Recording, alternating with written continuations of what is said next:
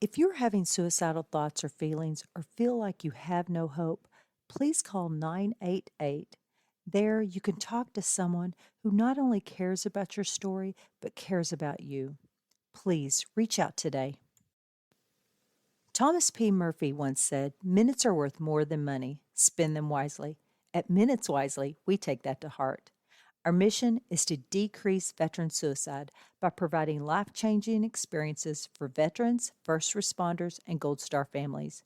We believe that we can make a lasting impact by rekindling a sense of purpose and fostering community through sponsored tickets to sporting events. These experiences are not just about the game, they're about the moments that can change lives. A simple sporting event can boost joy and instill a sense of renewed hope and purpose for those who have served. Join us in making a difference. Become a moment maker and empower a veteran with rediscovered hope. Visit minuteswisely.com for more information and to get involved. Together, we can make every moment count.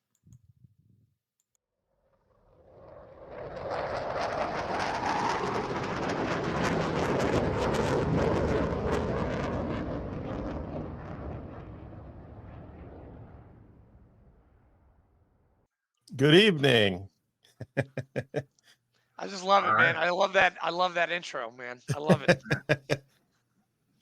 Before we get started, Dennis, just so you know, the pictures at the sporting events, the reason why there's sporting events there is because I started a nonprofit. So all the money that is generated through this podcast, my other podcast, some other things, all go to the nonprofit, and we send veterans, first responders, and Gold Star families to sporting events. It's kind of our way to say thank you for one, and also it's kind of our little way to try to help curb the issue with veteran suicide.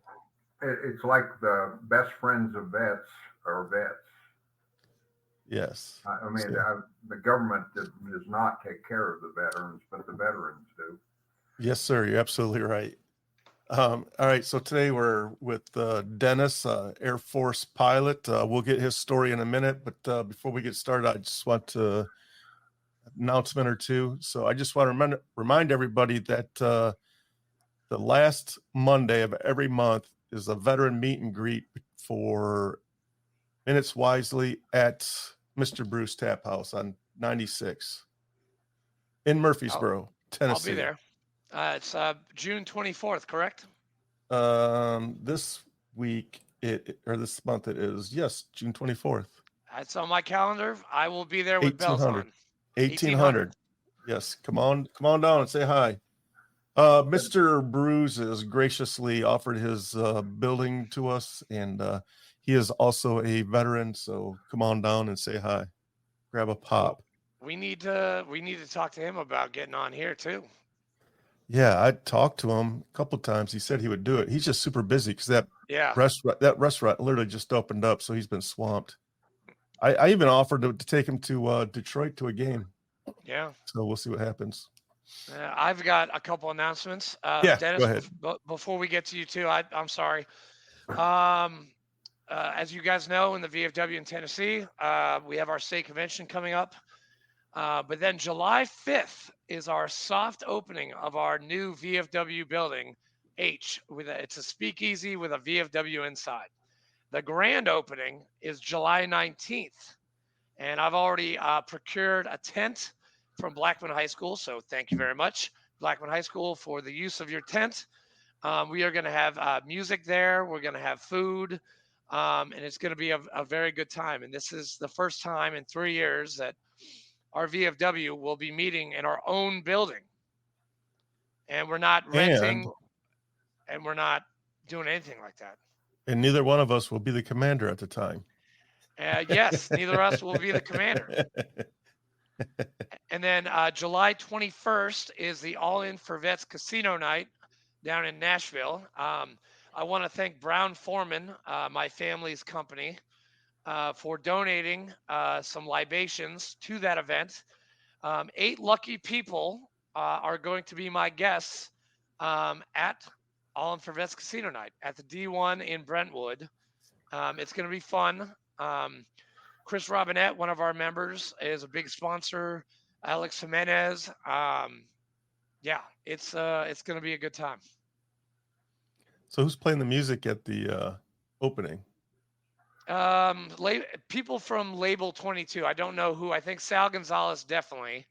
Yeah. I believe Stephen Cochran will be there. I don't know. I just heard a rumor. Oh. And then another event coming up. It's going to be a district. It's going to be a District 5 event. Hero Stock 2024, August 3rd in Lebanon, Tennessee. I'll be there. Scotty Hastings, Shannon Brook, Malachias, Sal Gonzalez, Stephen Cochran, and a couple other artists will be there. I got my VIP ticket already. So we're going to have a table there for recruiting, and Minutes Wisely will also have a table there. By the way, I asked Jason if it was okay, and he said fine. Yeah, I reached out to him. He said, yeah. So I'm probably going to pay the VIP. No, it's a meet and greet with all the people that we already know. So yeah, it's awesome. Yeah. Sorry, Well, I can't make it. I'm sorry. Well, yeah, Dennis. You should come up, Dennis. Well, Yeah. maybe we can work something out downstream. It's a little far for me to drive. I've been to Tennessee a lot though. Where are you at? I live in a suburb of Denver. Oh, Denver. Yeah. So Denver, Colorado? Yeah. Dang. The food is great in Denver. I've been there once. I loved it. It was awesome. Yeah. Well, yeah, I'm a native of Colorado. So.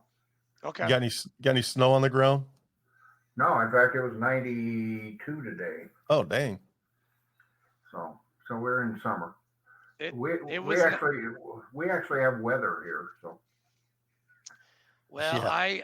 I'm in Savannah, Georgia right now. As you can't tell, I'm in the Palace. I'm actually in my hotel room in Midtown Savannah. My mom just had eye surgery, and she's recovering in her room. And I'm at her beck and call for about a week, and then I come back to Tennessee on Sunday. But Savannah was about 92. It was also 92 degrees. It was hot as hell. And I walked down all the way to River Street and back this morning. So I got my steps in. And yeah, Savannah is great. I grew up here. I love this town. If you guys get a chance to get to Savannah, do it, because this is a great town. It's founded by the Army, General James Oglethorpe, in 1733, and it's an Army town. Fort Stewart is right down the road. It's awesome. I will highly recommend it. In the fall. Hey, I'll be here, dude. Hey, actually, August 22nd to 26th, I will be here for Commander-in-Chief Al Liphart. His homecoming is at the Hyatt, which is right down that way. And if you want to stay, I've got plenty of room, dude. That would be a good time. I might go to that. It's going to be great. I'm going to go to the Oglethorpe Club. I'm going to go to... You know what I should do? What? I should bring my GoPro and a couple mics, and we just walk around and talk to people. Dude, there's going to be a lot of people from the VFW Department of Georgia here. A lot of people. That would be awesome. And the Hyatt is where it's happening, which is right down on the water, and we get to see River Street, Wet Willie's, and Tubby's Tank House, and Vic's on the River. All these great food places, man. If I brought my camera, we could be like reporters on the red carpet as they coming in. Dude, that would be awesome. Oh man, that would be good, man. That'd be a good episode. That would be awesome. All right. All right, Dennis, that's it. Yeah, we're good. You good? So, Dennis, you want to introduce yourself, sir? Okay. Well, I'm 78 years old, native of Colorado. I grew up in the southeast part of Colorado, which probably most of you have never been.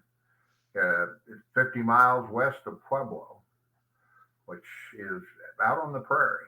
And it was once described by a writer by the name of Wolf as, down in that part of the country, there's more cows and less milk, more rivers and less water, and you can look farther and see less than any place else in America. That was Thomas Wolfe. Thomas Wolfe, yeah. Yeah. Anyway, that's where I grew up. almost everybody down there are ranchers or farmers, but I took a different tack. I graduated from high school in June of 1964, and 18 days later, I entered the United States Air Force Academy in Colorado Springs. Hoorah. Yeah. And after 4 tough years, I graduated in 1968. And then you hit kind of a junction at that point, because Air Force officers are half are rated and half are non-rated. And so the question is, do you want to be a pilot or not? And that obviously has an enormous decision on what your career is going to be like. Well, I didn't know.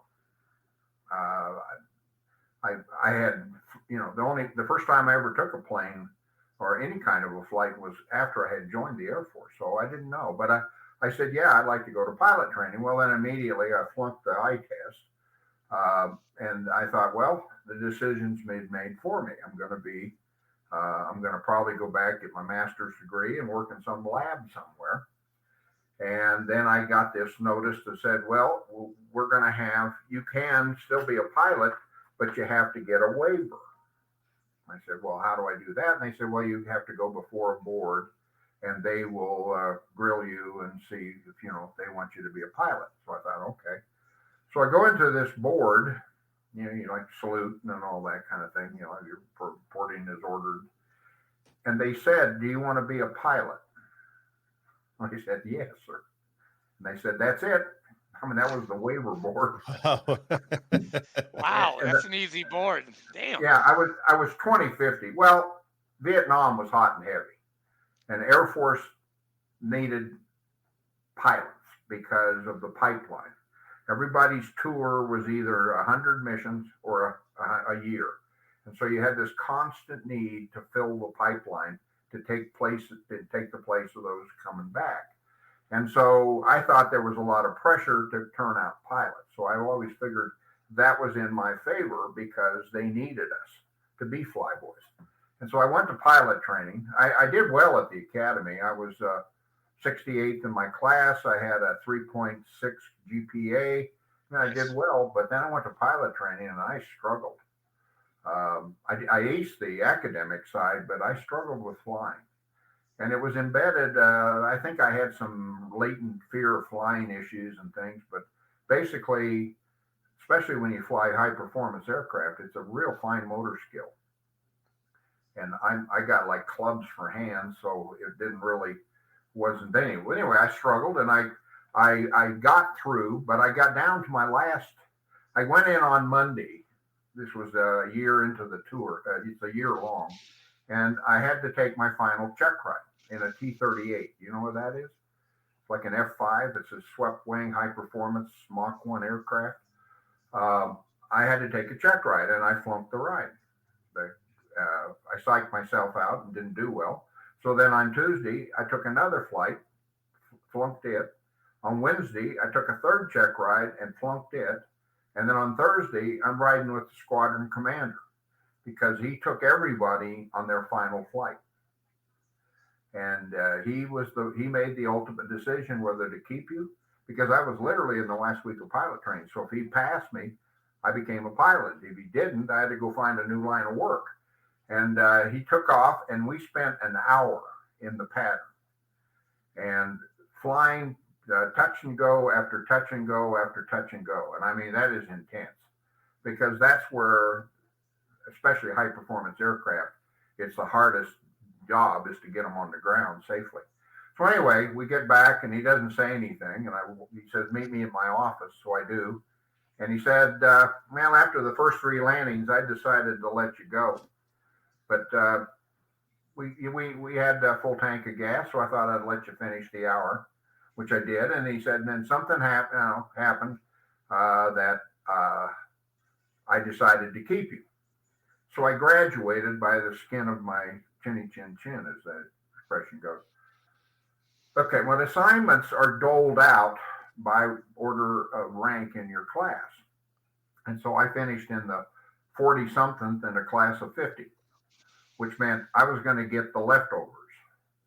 Because like the number one guy took a fighter, which is the only guy in the squadron, in a class that got a fighter. But people think, join the Air Force and you fly fighters, but that's not really true.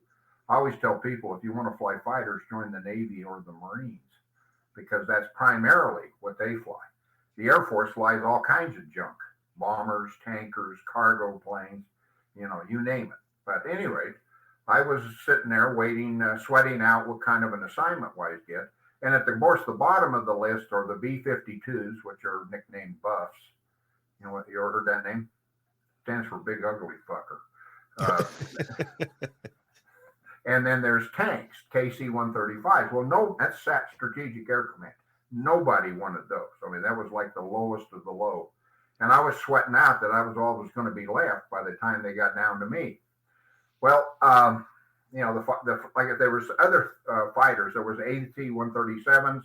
There were all the cargo planes, the C-141s, the C-130s, the 123s. All of those went. And I'm looking at a list that's just getting thinner and thinner and thinner of anything I'd really like to fly. And it looked like there was a cargo plane called a C-7, the Caribou, which actually was an Army aircraft that for some reason the Air Force confiscated. And they were a tactical cargo aircraft. They flew into the remotest areas, fire support bases, and delivered cargo directly to the troops. And that looked like the assignment I was going to get. But then I noticed on the sheet this assignment called O2B. And I asked the commander, I knew what an O2A was. You know what a FAC is? No. A FAC, they're called forward air controllers. And FACs they mark the targets, so the fast movers have something to aim at. In other words, they'll go in, fire rockets into the target area with their Willie Pete or white phosphorus, and they put out white smoke, and then they're marking the target. Well, they were all gone. I mean, there were several slots in the class, but they were long since gone. But I see a B model. Well, obviously that's something else. And so I asked the colonel, I said, Colonel, what's an O2B? And he said, oh, I don't know. So he leafed through some papers and he said, oh, it looks like you drop leaflets. And I said, oh, okay. And he said, oh, but it's a first pilot slot. And that was it. First pilot meant I didn't have to fly for 6 months as I would in a Caribou as a co-pilot. I would start off in the left seat, which also meant I was the only pilot on the airplane. Okay, so I jumped at the opportunity. Didn't even care. It's like flying pallets of cargo or dropping leaflets. What's the difference? So I took this job, not even really having any idea what it was like. And then I began my first tour.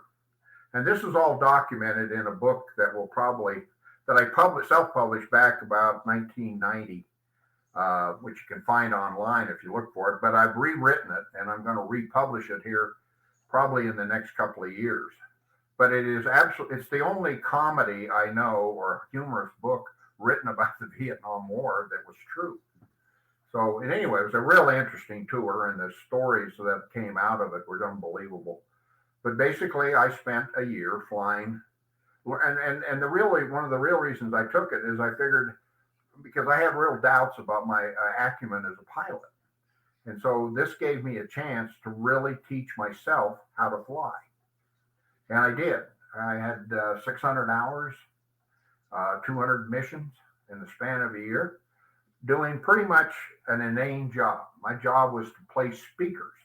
We had these we flew with a big speaker on the side of the aircraft, and we flew orbits over areas playing messages to try to get the enemy to defect. I mean, this is obviously a part of the military you probably have never heard of, but it's part of psychological warfare. And we worked for the Army.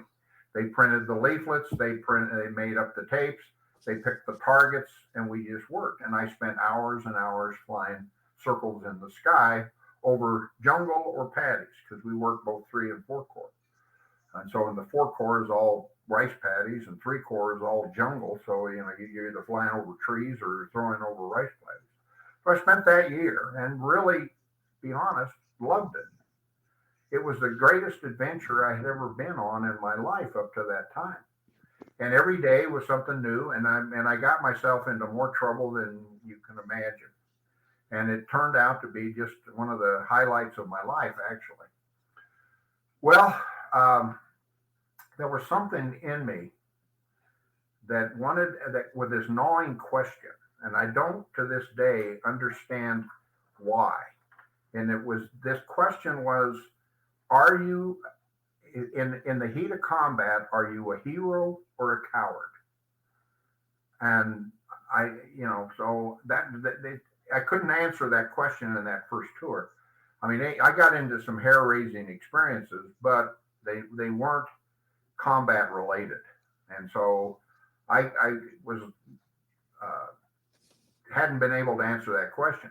Well, 3 months into my tour, I get a call from personnel, and they said, called over and went over, and they said, well, we got to start working on your next assignment because it takes 9 to 12 months to get a flying assignment.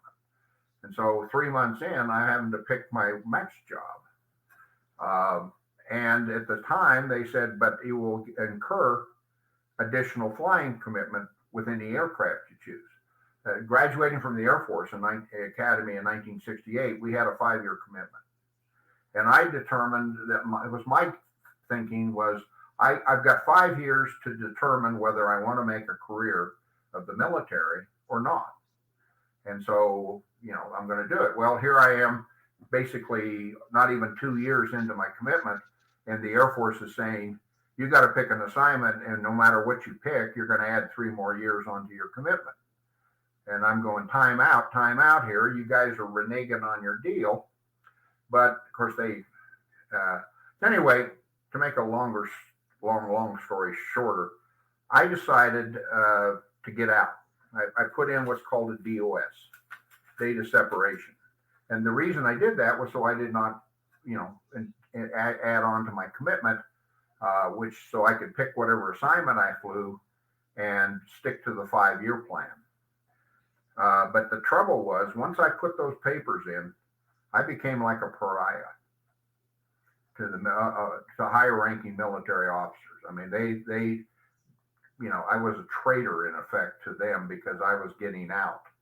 A decision I had to make 2 years into a 5-year commitment, which I never appreciated, but I mean, that was the reality of it. So anyway, they pretty much terminated me having a career because of what they did to me, and that's a long story too. But what I decided to do was, to answer the question, I decided I needed a second combat tour. So I'm talking to the sergeant there, and I said, well, what are my options if I come back? And he said, you can pick any aircraft in the arsenal that we fly here. You have your choice. If you're dumb enough to come back for a second tour, we'll let you fly anything you want. So I looked at all the assignments. I could have flown F4s or F105s, but I still had concerns about flying, my skills. And plus, I was really watching fighters over there, really kind of disappointing what they actually did. And so I decided that's not for me. I looked at the cargo planes and I said, well, a lot of times cargo planes get into some bad situations, but that's not their job. Their job is cargo. So I said, well, just none of that. Well, they had a new class of things called gunships. And it started with was the AC-47, which is DC-3, which is what they used to drop the paratroops into Normandy with. And they took a C-47, the old aircraft that were made in the 30s, okay, and they put miniguns on the side. And they became aerial or point of defense weapons because they're extremely effective. Like if you had a fire support base and they were being, threatened by an enemy force, you send out a gunship, and those guys could end the battle in like 30 minutes. You're firing three miniguns capable of 2,000, 4,000 rounds per minute. So it's like a fire support base in the air. Well, they went through it. By the time I was there, they had basically phased that out and they took 119s, which is another old cargo aircraft, out of mothballs and retrofitted them with guns.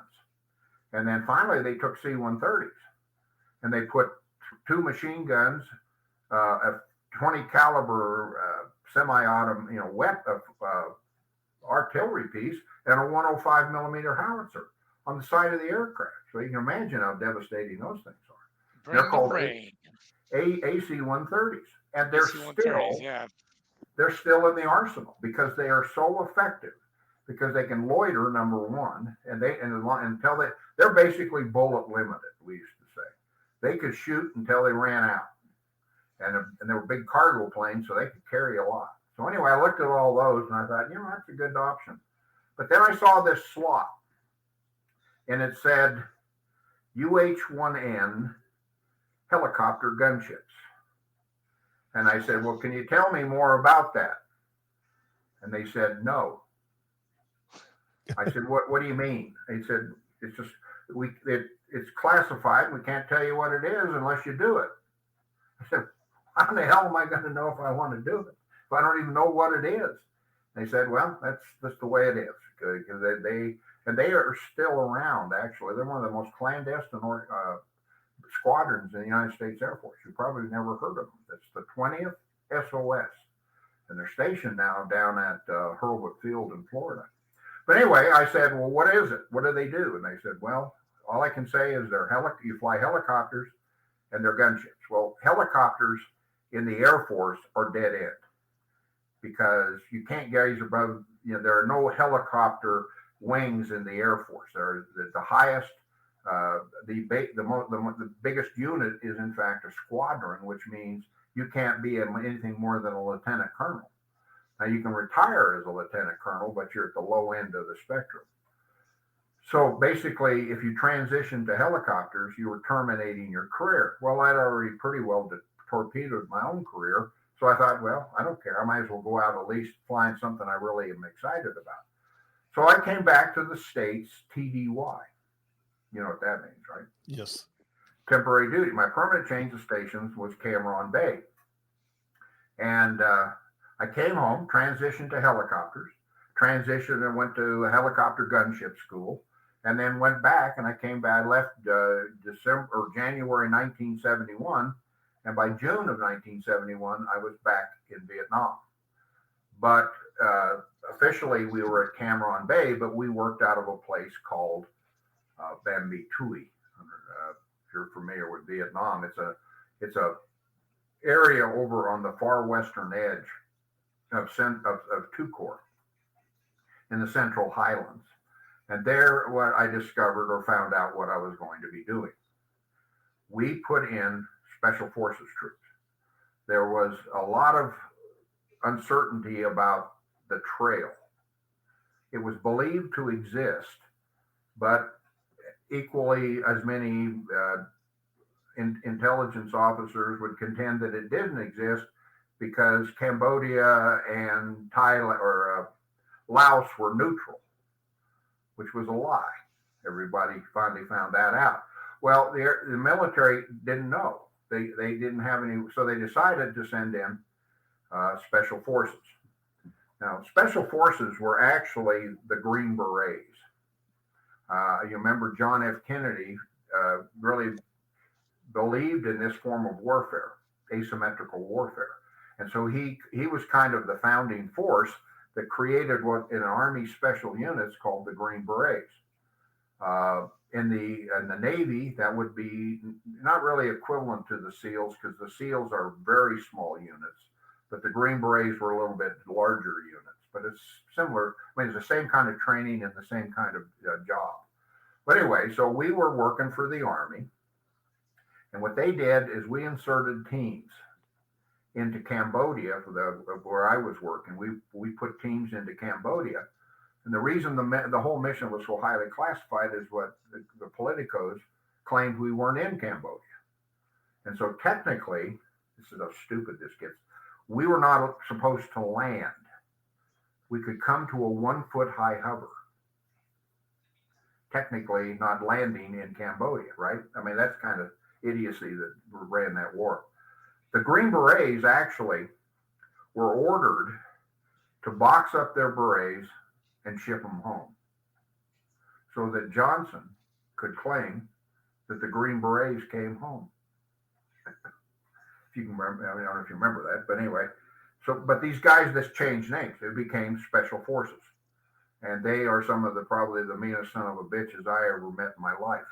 I mean, these guys were soldiers, and we put in these teams, and actually the teams were mostly made up of indigenous mercenaries, local tribes like the Monyards, the Noons, the Songs, the various tribes, and these guys went in and but they always took an American with them because they needed somebody whose primary language was English. Whenever they got in trouble, to get them out of trouble, they needed somebody on the radio that wouldn't panic and would speak English. Well, I only just got there and was ready to get checked out, and we got orders that we had a new mission, and that day we were going to fly to Da Nang from Cam Bay and take our whole operation with us, and would be operating out of Da Nang. Well, we found out actually we were going to operate out of a place called Marble Mountain. And Marble Mountain was where Command and Control North. Is this what you guys want? I mean, oh yeah, you're doing Yeah. great. I'm not No, boring you're doing great. The reason I'm so familiar with all of this is it's all documented in books. I have written both books, both tours, and I'm in the process of publishing them. But anyway, our job was to work, and all we knew when we went up there was that the guys in Command and Control North worked Laos, and so we thought we would be flying our missions in Laos. Well, we actually flew our missions in the far eastern or western end side of South Vietnam, which was all jungle, mountains, and had been virtually conceded to the NVA. And so we would put in every day, we would put in a team. And they were consisted of one American and 8 to 12 mercenaries or indigenous people, all armed to the teeth. And their job was we didn't, as an Air Force, the thing is, you didn't want to know much because in God help you, you got captured. We went to survival training, and the one thing I took most out of survival training is if you are an enemy, if you become a prisoner of war to the enemy there, and they wanted you to talk, you would talk because they could put you through so much pain. You would piss on a picture of your mother that they want, at their beck and call. I mean, it's just that way it was, and so the answer that I came to is then don't know anything, because if you don't know anything, you can't tell them anything. So anyway, I mean, I didn't really want to know what these guys did.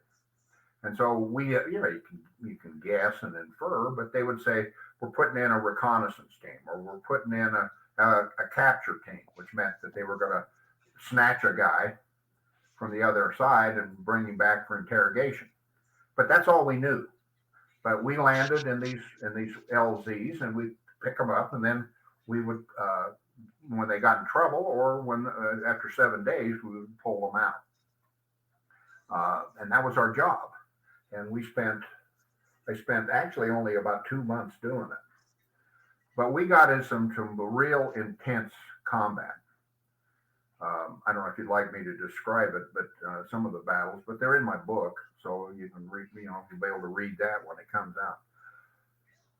And I spent, every day we would put in a team, and then usually that afternoon we would pull out the team that came the day we put in the day before, because they went hot, or so they said. We got to be kind of suspicious that they always went hot the second day, and we never really were sure. Well, I'll tell you this story. Let me tell you what it was. When we first came to this station where we were working at, we were introduced. We were told we had to assemble and meet the commander of the Army Special Forces Unit, who was a full bird colonel, and I mean the epitome of what you would expect as a Special Forces guy. And he basically got up in front, and you could tell he didn't like us. They had pulled his air assets out to take on something up north, and they replaced us with us, and he didn't know anything about us, but he knew he didn't like us because we were a bunch of Air Force candy asses, right? And he told us as much. You guys And he gave us all these petty reasons why he didn't like us, which were silly. But basically, the real issue that he had is when his boys got in trouble, would we go in and get them? And the only way we could answer that question was to actually do it. So the way we would insert a team is we would have two kinds of, we flew N models. You're probably not familiar with them because they're the only twin engine version of the Huey. And the reason we flew N models was weight, because we had this gun system. We had two miniguns mounted in each door, a minigun mounted in each door. And those were both capable of 2,000 and 4,000 rounds per minute. And we carried 100,000 rounds in those helicopters, our gunships. So you can imagine how much devastation those things could do. I'm getting a chubby right now just thinking about it. Yeah. All right. Well, to put in a team, we always worked in pairs. We had gunship 1 and 2, and then 3 and 4, and 5 and 6. We had 6 gunships on a typical assignment. And then we had what we called slick versions. Now, a slick was simply an N model with an M60 machine gun mounted in each door and seats inside for the crews, the teams that we put in. And the way we would do it, and I'll try to describe this verbally, is that first off, we would send in a pair of gunships. They would have an LZ had been predetermined by whatever means, and they had a FAC overflying, and they would low-level guide the pair of gunships and flying in trail to the LZ, and then they would set up what we called a dog bone pattern. Now that meant that they were flying straight across the LZ, and then as soon as they got to a point, they made a 180-degree turn and reversed the pattern. Now you got two gunships doing this, and so one of the aircraft is on the line while one aircraft is turning, and so you're basically just you're setting up a pattern, a very tight pattern of two gunships flying at 125 knots. Okay, so you can imagine it took really good pilots to do that, which we were. And so they would go in and basically troll. If we took fire, we aborted the mission because we weren't going to insert a team hot. But if not, if they flew 3-4 patterns, then and didn't draw any fire, then we would insert the team. And the way that happened was that the slicks would approach the pattern from perpendicular to it, and just before they would have hit the pattern, they dropped down into the LZ. So you can see how much syncopation was required with the helicopters. And they would drop their team off and pull out the other side. And while that happened, the second helicopter would go in, and then the third. Okay. And then we would fly off and just orbit. You see if the team went hot until we went what's called bingo, which meant you ran out of gas. Basically, you had enough to get back to base and a little bit of reserve. So we would do that, and then we would, sit on alert while the teams were doing whatever they were doing. Well, so one day we put in this team, and it was just like everything was normal. We got the team in cold, and I was in gunship. We flew both. I think I was in gunship 1 or 2, and so I was in on the first pattern. And then we flew off and we went bingo. And then we then sent up, we'd also launched gunships 3 and 4. And they went on kind of where we were standing off, and they stood and they had another half hour or so of linger time before they ran out of gas. And then we had a third pair of gunships, 5 and 6, which were still sitting in a POL, which were gassed up, waiting and see if anything happened. Well, the NBA waited until gunships 3 and 4 went bingo. And then they hit this team with everything they had. Mortars, machine guns, RPGs, you can imagine all that. Well, the thing was, we couldn't go react because we didn't have fuel. So gunships 1, 2, 3, and 4 had to immediately return to a POL to gas up. But that's why we had gunships 5 and 6. They immediately took off and were over the target within 5 minutes of their initial call for help. And they expended their ammunition. Now, 100,000 rounds of ammunition sounds like a lot, but with too many guns working, we could burn through it in between 15 to 20 minutes. we would empty the cans. Okay, and so they were working, and they went through all their ammunition, and then by that time, gunships 1 and 2, which is I was in, we had refueled and we were back on station, and we replaced them. They flew off, and of course had to go refuel and rearm, but we were able to take over, and we expended. We were taking return fire, so we knew we had to keep the gunships working. We couldn't bring in the slicks because we had to suppress the enemy. And we were still taking fire from gunships 1 and 2, much less than the first 2 guys had encountered, but we're still taking fire. So we went bingo, and then we had to take off and go back and rearm and refuel. Well, by that time, gunships 3 and 4 were back on target, and they went in. Well, the problem was we didn't have 2 more gunships in Milwaukee. So we had to get the team out while gunships 3 and 4 were on station. And so after 5 minutes, we called in the slicks, and they pulled out the team. And then we all, of course, then they're ran out of ammo. They stayed once the slicks took off. They stayed on target. The gunships did, just to kind of expend their ammunition. And they took off and went back to refuel. So anyway, all the 6 gunships went off to rearm, which takes a while. You can imagine how much time it takes to put 100,000 rounds in, transfer it from one set of ammo cans to another, and it all had to be linked because there's 2 continuous chains that fed the 2 guns. But anyway, so we go back and we get back to our home base, and we see ambulances were just leaving the pad, and so we land and meet up with the slick guys because all they had to do was gas up, which doesn't take long. And so we're talking to them, and and what's going on. We didn't really know much other than we had pulled these guys out. So anyway, we were like in euphoric state. I mean, the adrenaline kicked in, and we were just it was kind of like I liken it in a book to a bar fight where nobody's throwing punches. You're in an incredible state because you just had kicked ass, took a lot of names, and you saved guys. So anyway, we get this message that the colonel wanted to see us all at 1,800 hours. So we're all going, what the shit does he want? What did we do wrong now? Kind of thing. We just saved his guys and he wants to chew our ass. What's going on here? So anyway, we go down at 1,800 hours, and of course, they didn't have any place for us to sit, so we had to stand in the ops building and like a packed crowd of guys. And of course, the colonel didn't show up till 1815, which typical colonels always show up late. And so we were used to that, but there was something different. He didn't show up late. We could tell that he didn't show up late because he was trying to impress us that he was a colonel, but he had been somewhere.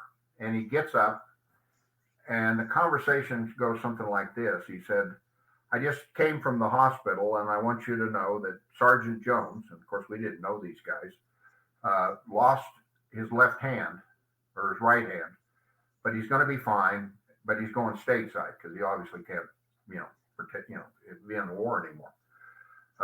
They lost 2 indigenous, and he was telling us about this, and he teared up. I mean, this is as hard as leather colonel. And you could tell that he actually had compassion for his men. He knew they were mercenaries, but he still cared about them. And then he said, I talked to Sergeant Jones, and he said something incredible happened. He said, the second you guys got on target, came on line, the enemy lost all enemy interest in us. He had lost his hand in the first, it was a mortar round, took off his hand in the first contact they made, and the 2 indigenous were killed within 5 minutes as well. Okay, all of their the casualties were taken before we got back on station. He said after those gunships went into pattern, the enemy lost all interest in us, and we knew that we knew we were going to die, and then all of a sudden we knew we were going to live. It just that it was like a switch flipped, and he was relating all this to us, and then he said, Well, we'd just like to, I'd like to thank you. I know we've had kind of a rough relationship when you got here, but I was wrong. When push comes to shove, you guys are good. I mean it. You guys are good. And we got his guys out. See, that's what he cared about. And so he says, well, we got a little celebration for you. So we're going, what? Well, you can't drink, right, if you're flying. But anyway, they brought in these guys. They had card tables and boxes of beer, soft drinks, and pizzas. I don't know, where in the hell did you get pizzas? The nearest Domino's is at least 1,000 miles from here, but they wouldn't tell us. But they had boxes and boxes of pizzas, and so we had this pizza party. And from that moment on, the colonel took a totally different attitude about us. We became from pariah. We became his heroes. Holy But the crap. military, we wanted to stay, and he wanted us to stay through, after our term expired, because we were limited to, I think we were there like 6-8 weeks. And then we had orders to go back and do what we were doing before. And everybody tried to get those changed, but for whatever reason, MacV or the guys down in Saigon decided no, we were going to return and we wouldn't be allowed to stay there, which I could say the colonel even went to bat to try to get us extended, but wasn't able successful. So we flew back. Finally, I after that 8-week period, and I mean, we were literally in combat conditions. We flew 6 days a week. We each took a day off periodically, but it was like 1 day in 7, maybe not even that frequently. So you're flying every day, and that's what we were doing. And so anyway, after we went back to Cameron Bay, and they told me, they said, you spent the whole time up there. We're going to send you down to Saigon. I said, Saigon? And he said, yeah, we have to keep a helicopter down there. So the generals in MacV had an Air Force helicopter at their beck and call. So we're like a taxi for the generals. And they couldn't fly an Army helicopters, right? That wouldn't, Air Force general had to have an Air Force helicopter. So we had to keep a helicopter down there. So I spent a week down there basically taxiing generals and colonels around. And there's some real crazy stuff that happened even in that period. But then on my way back, I got, I was only down, it was a 7-day gig. And then I was going to come back and fly missions out of Bambi Tui. Well, on the trip home, we lost our tail rotor and crashed into the South China Sea. Another pilot and myself, we were the only guys on board. And I don't know what you know about helicopters, but tail rotor failures are almost always catastrophic. But the thing that saved us, which is ironic, is because we never flew over water. I mean, we were flying to Laos, Cambodia, and Western Vietnam. And so the ocean was far away. But this time we were ferrying this helicopter from Saigon back to Cameron Bay. And to get there, you got to go over the ocean a little bit. And so maybe 10 minutes out of an hour and a half flight, we spent over water, something we were very unused to. And so we didn't even have any water equipment. We didn't have rafts or life preservers or any of that kind of stuff. And so that's when the tail rotor went out.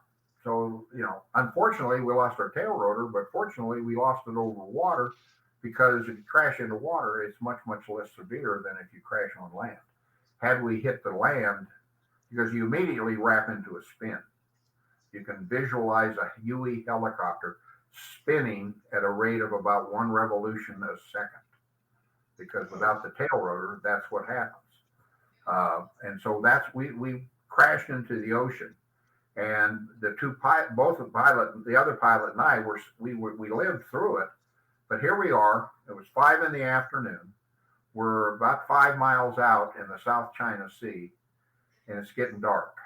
And our choice was to swim in shark-infested waters. And so we kind of went from the devil to the deep blue sea. Literally. And so, God. And the other problem was we were both bleeding. I've got, you can't see it, so with all the other wrinkles, but my helmet came off in the crash and gashed my head. So I was bleeding and he gashed his neck. So he was bleeding. and a shark can smell a drop of blood in an Olympic-sized pool. So we both knew that our chances were slim and none, but we weren't going to give up. So we swam. I had injured my back, so all we could really do was dog paddle. And it didn't seem like we were getting any closer to shore. And I don't know whether the tide was coming in or out, but whatever, we were struggling, but we were going to do the best we could, and it was getting dark. And then all of a sudden, at the top of a wave, we saw something. Both of us saw it. And what was that? What's that?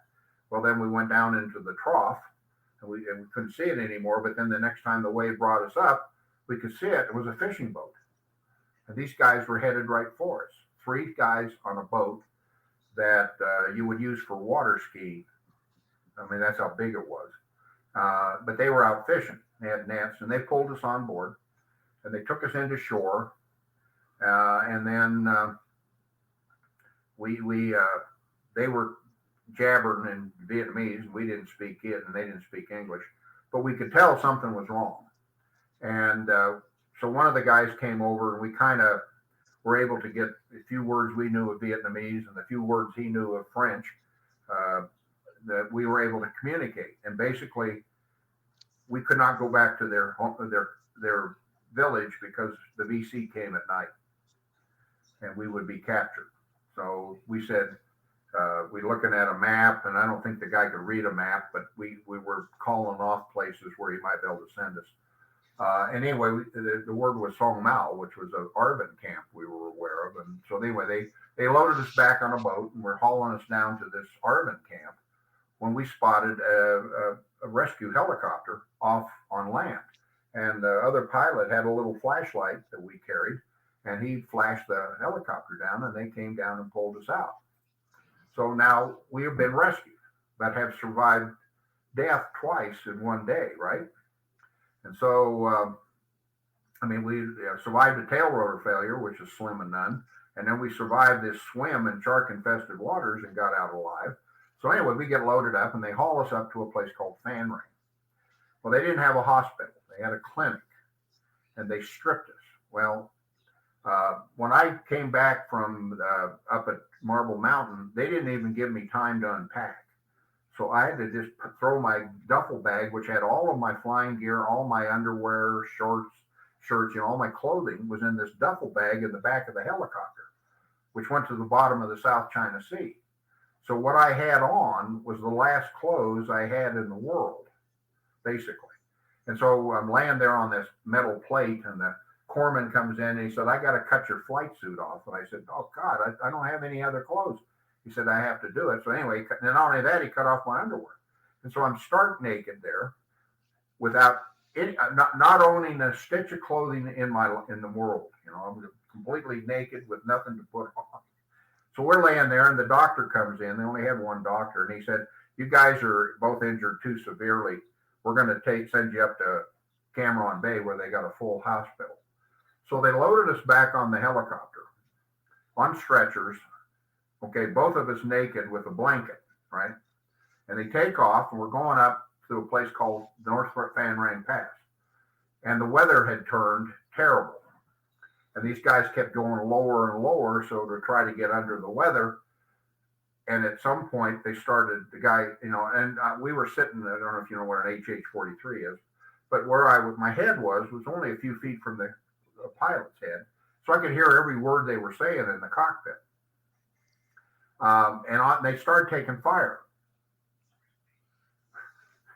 And so I'm laying in the back thinking, "Oh my God, I'm going to end up in the jungle running around naked."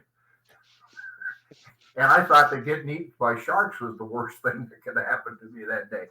But anyway, it all turned out. We broke through and went on up. And I spent 2 months in the hospital there, and then they shipped me home and put me on convalescent leave for 3 months. So I messed up my back pretty bad. And the doctors told me, they said, "You'll be able to lead a normal life without many restrictions. You need to sleep on a very hard surface. But other than that, you should be able to live fine until you get old. But this will come back to haunt you," which has proven to be true. But anyway, I got shipped home and medevaced, and the war was winding down. I ended up with my last 3 years in a place called Whiteman Air Force Base.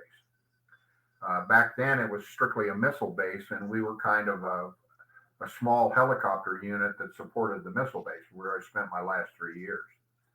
And so I did that, and then I got out of the Air Force. And so I took off the suit. But the thing was, and I realized it fairly quickly, that I was still a soldier in my heart and in my soul. And so the way I manifested that was studying and reading military history. And over the next 50 years, I studied intently the Civil War and World War II, and tried to do a lot of different projects. And over time, I just finished, or actually over a year ago, I finished a trilogy about Omaha Beach that I'm now in the process of publishing.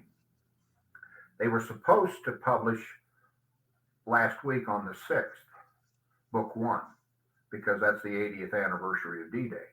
Well, the publisher couldn't get it together, and so I'm still trying to get it. Now we're shooting for the 4th of July to publish book 1 of this trilogy. The books are all written. They just have to go through the publishing process.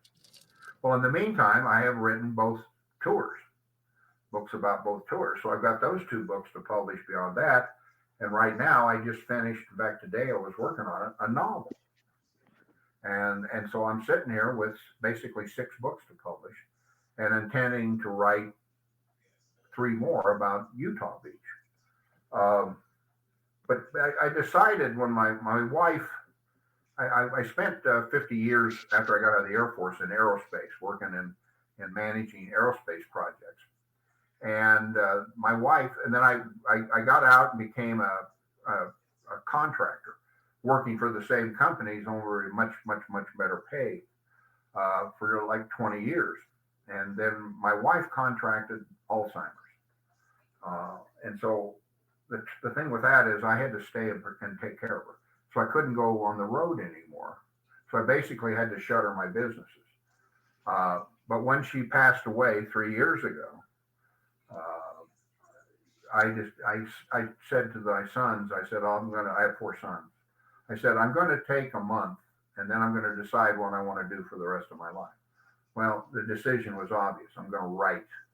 And so what I intend to do is publish these 6 books, write 3 more, and then if I'm still lucid, I'll continue to write about soldiers. And the term is military history, but I focus on the guys, the men who fought in these battles. The trilogy is titled The Real Heroes of Omaha Beach. And it's about what actually happened on that day, but you can actually attribute the battle success to about 12 men. 35,000 guys landed on Omaha Beach on D-Day, but the battle was actually decided by about 12 guys. And that's an amazing thing in itself. And as I was reading about this, I was saying to myself, why hasn't this ever been made into a movie? Well, they actually did, sort of. And it's called Saving Private Ryan. And the first 40 minutes of the movie are actually a fairly accurate portrayal of one aspect of something that happened on Omaha Beach. And so, but the rest of the movie is complete fiction. I don't know if you knew that, but there actually was a situation where a family lost 3 sons on or around D-Day, and a 4th son was in the 82nd Airborne. But what actually happened is they just waited for the battle to die down. They brought him to the rear and sent him home. They never sent out a platoon to find him like they did in the movie. So that's all fiction. But the first 40 minutes of the movie are a fairly accurate portrayal of what kind of happened on one end. It was down on the far western end of Omaha Beach, which is an interesting. And so, I'm trying, my goal in the rest of my life is to research and tell the stories of these men who fought for this country, predominantly in World War II. I could do a lot in the Civil War because I studied that war intently. You live in Tennessee. About 90% of the battles in the Civil War were either fought in Virginia or Tennessee. Dennis, I have a question for you. Sure. What is the bloodiest battle that occurred in Tennessee in the Civil War? Probably. Well, it really wasn't Tennessee. It was my memory here. Hold on. It's actually just across the border from Chattanooga. Or no, it was. God. Okay, you tell me the answer. Because the name just escapes me. It's actually a smaller battle that was fought. The Battle of Stones River. Stones River. That's true too. I was thinking of another one that was pretty bloody. What's that fort that's below Chattanooga? It's in Georgia. I can never Fort Oglethorpe, right? The battle that was fought there was starts with an M. I'm sorry, my memory just is escaping me here a little bit. But there was also the Battle of Shiloh, which is in western Tennessee. Right. An excellent, wonderful battle site to go visit. There's quite a bit there at Stones River, although it's been heavily. That's where we live at, Dennis. That's where we live. Okay. It's been taken over. Way too much of it's been taken over by private development, and yes. It's been sad to me because these are hallowed grounds. It is. I think they bought a bunch of land because I could see the wood cross fences that they put up for like the Civil War battles. They're starting to go up on the side of Murfreesboro Road, like at least like 10 acres, maybe 20. I don't know. It was a lot. Good. Well, that was a big battle actually there. 7,100 people are buried in Stones River battlefield, and me and Fleek, we get to clean the headstones of our section twice a year. That was a battle fought in winter, and God, you can imagine these guys. 1862. A lot of men died of frostbite. Yep. They were wounded and they died because there was the biggest problem in my mind with the Civil War is we had no idea how to take care of wounded. And so probably as many men died from injuries after the battle than died during the battle. It was bad. But I'm trying to review I've been to all these battlefields. There's Chattanooga is a major battlefield. Chickamauga, that's the term. Chickamauga. Yes, you're right. You're totally right. Chickamauga is actually in Georgia. Yep. But it's like 5 miles from Chattanooga. And it is a magnificent battlefield, too. And it was a tremendous battle. I mean, as far as numbers of troops involved and engaged.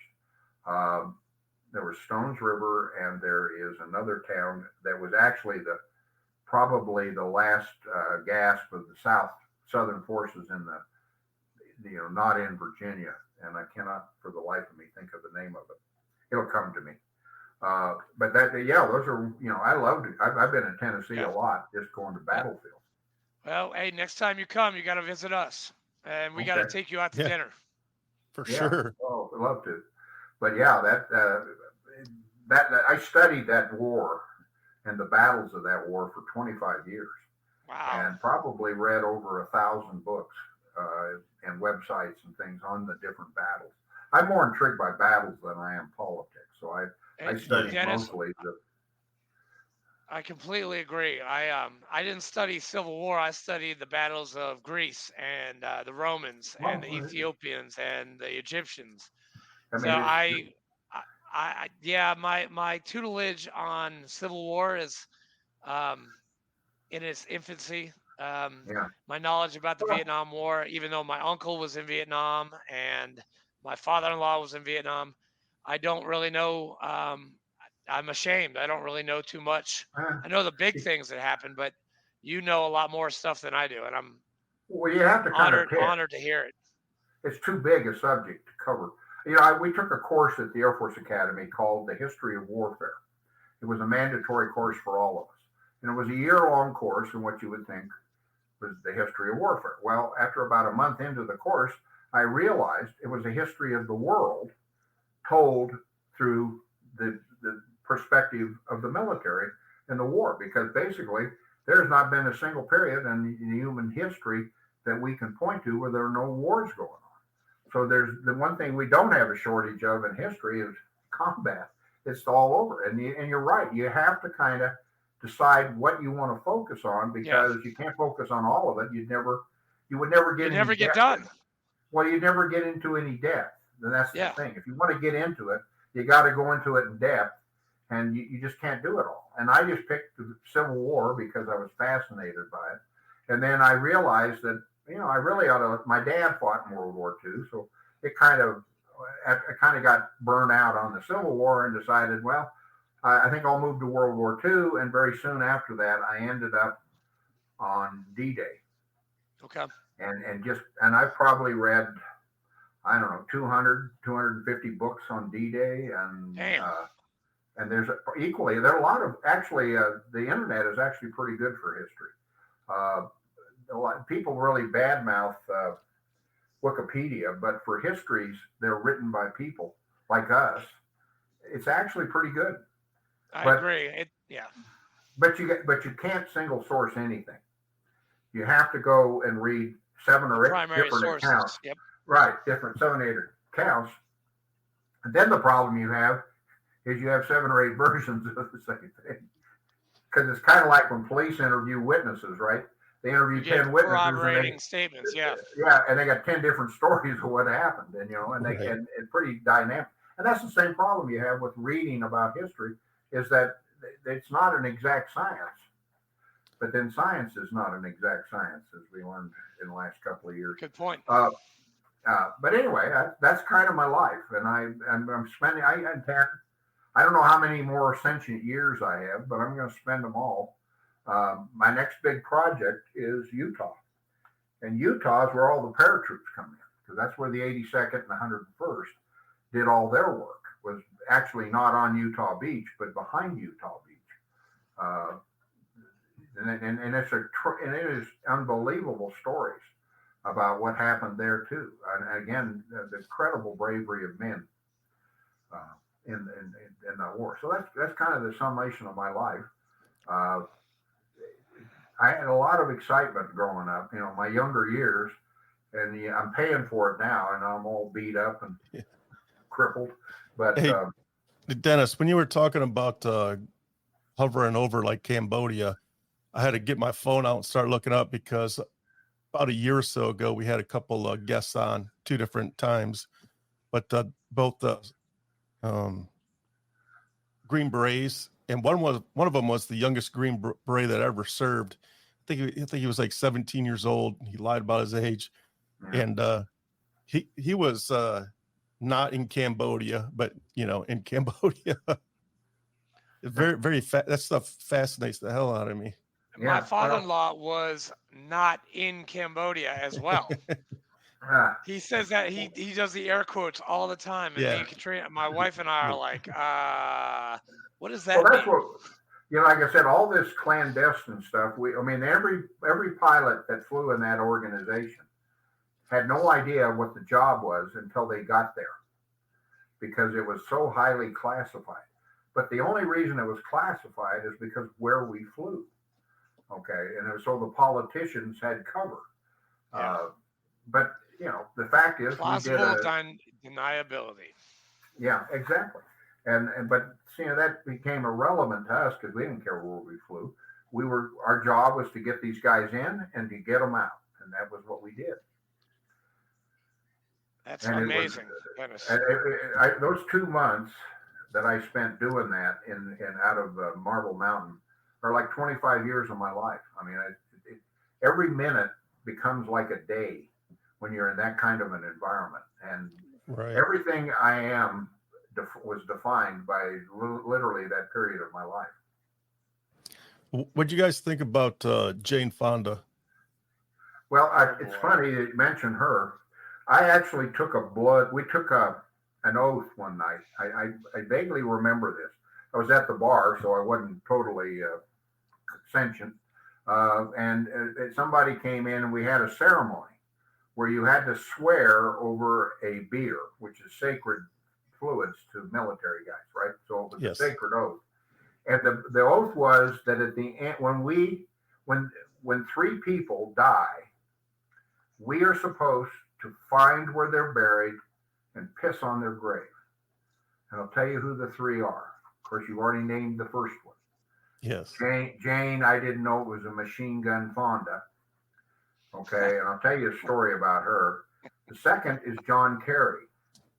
John Kerry was of course, he was a presidential candidate. And if he had been elected, that would have been the ultimate slap in the face to every guy who served in Vietnam. He came back and went before Congress and said that most of the soldiers in Vietnam were war criminals. I don't know if you remember that.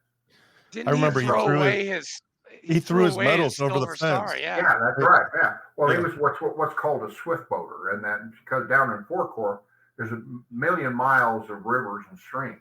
They're all interconnected and all that. And the Navy had these riverine craft. You saw them if you saw anyway. And they went in and were mostly got into battles with these river boats.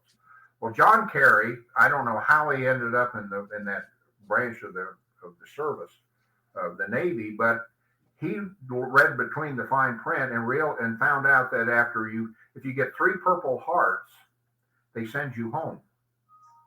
And so he put himself in for Purple Hearts, which is my understanding you can't do. It has to be a doctor that actually submits you for a Purple Heart, because and it has to be under combat, because I told you about that accident that I was in.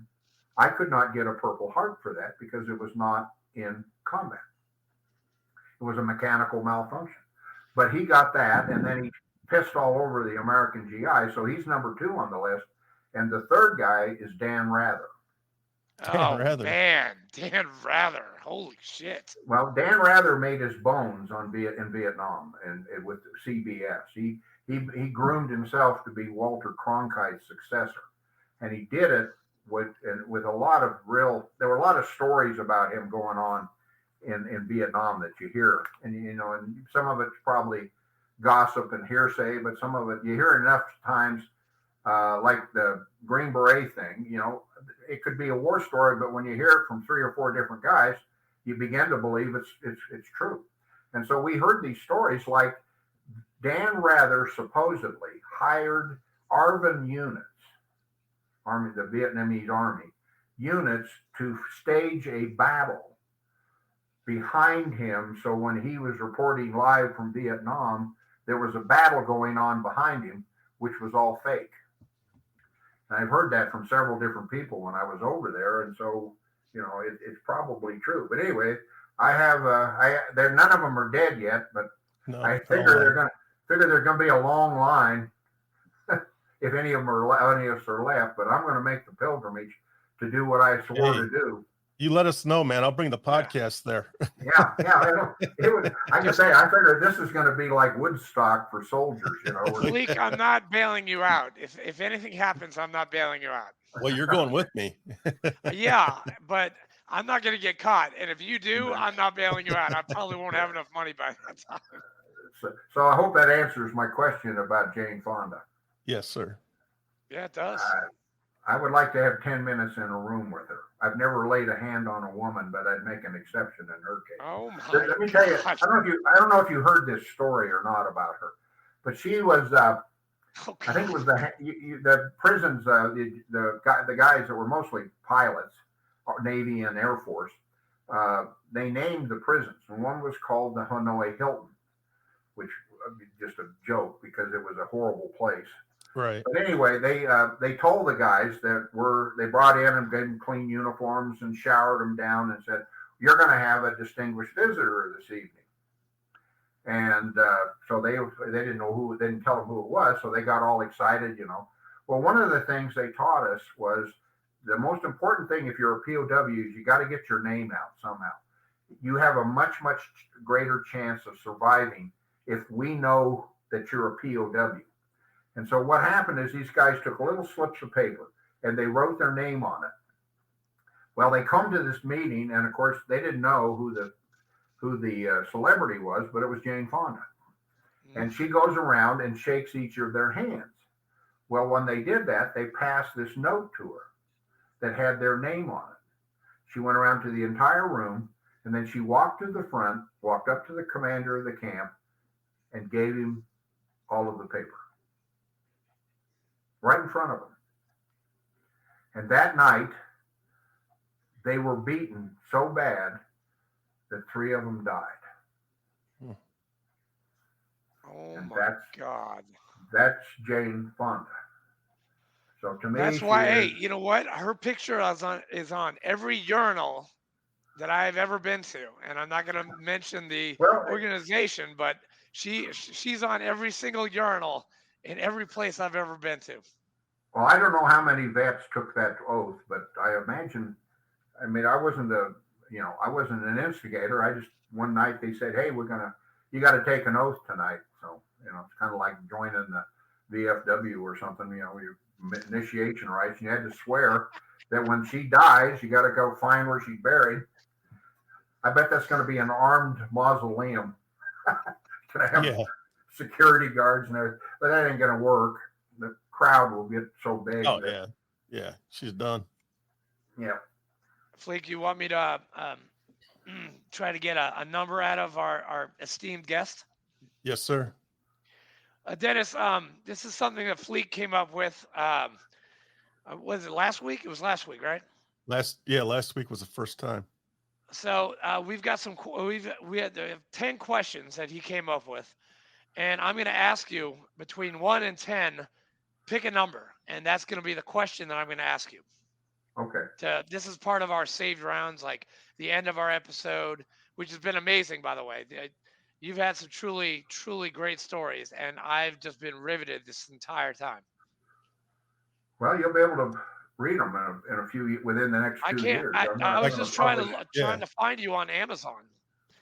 But pick a number between 1 and 10. Well, Google Psy Warrior, PSY WARRIOR. That was my first book, which will be I've rewritten and I'm going to publish again. I self-published, which is not, that's just what you do if you want your friends and family to have a book. So anyway, it's out there still. You can buy copies of it from people who probably read it. I could tell Fleek is looking it up right now. Yeah, I'm gonna find it for sure. Yeah, I see it occasionally. I check it out. But Dennis, pick a number between 1 and 10. 5. 5. Okay, here's the question. What lessons did you learn in the military that you believe everyone should apply to their daily lives? Patriotism. Number 1, you need to love this country with every ounce of your soul. This is the greatest country there has ever been or ever will be. And Amen, brother. Amen. And it's under attack from within. And if you don't understand that, you're an idiot. We are being attacked from within. What was the rest question again? I mean, what lessons did you learn in the military that you believe everyone should apply in their daily lives? Self-discipline. I mean, to sit here and write 8 hours a day takes a lot of discipline. And I've always been a very self-disciplined person, but I got that primarily at the academy. They beat it into you. If you get out of that place alive and aren't self-disciplined, it's a miracle, because that's what they really emphasize that. To me, the thing that I rarely saw, but really truly believed, which I got from the military, was the responsibility of leadership is a two-way street. Okay, you owe allegiance to your boss, whether you're talking the military or civilian, but they owe you as well. And the primary thing they owe you is to look out for you and to try to help you in your career and things like that. But anyway, I learned that. I learned basically self-sufficiency. I don't need, I can take care of myself, and I intend to do it as long as I physically can. I got that in the military. But anyway, those are, I think, the main lessons I learned. I probably, if thought about it, I could come up with some more. But No, I mean, those to are me, good. Those are good. loving our country is something that I really disturbs me more than anything else going on.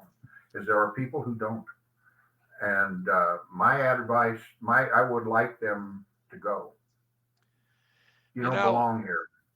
I just saw something on my Instagram feed where a video caught some eco activist going to a flag that was on a house and ripping it and then giving the finger to the camera. Now that person needs to go somewhere else Exactly. because that They, that they don't. that behavior They don't. doesn't need to be. Yeah, they don't exist. They don't belong in my country. They don't belong here. They Yeah. We've got dark chapters in our history, but that's the we do. nature of history. Yeah. Everybody's got dark chapters. I mean, it's just the nature of the human being, actually. I mean, Yeah. if you think Right. about it. The thing that makes us different is we recognize these things, and over time, we become, we have improved as a nation. I mean, when the guy signed the Constitution, there's no doubt that they did not include blacks, probably not Native Americans or Orientals. Okay, when they said all men are created equal, they probably didn't mean that, but they didn't use the expression all whites are created equal. They said all men are created equal. So even though they probably did not intend for that, they made it for that by virtue of the choice of words they use. And even men in this sense is not necessarily exclude women. A men or man is a species. And I think that their intent, and actually during that period of time, women were actually very powerful, but they were always behind the scenes. Okay, it was a very matriarchal society in the 1700s in the United States, but the women were never visible. The guys were the visible, but the women ran the guys. And if you look at and study that period, you see that and how actually that it was kind of phony in that what you saw was men, but actually who was running things were women.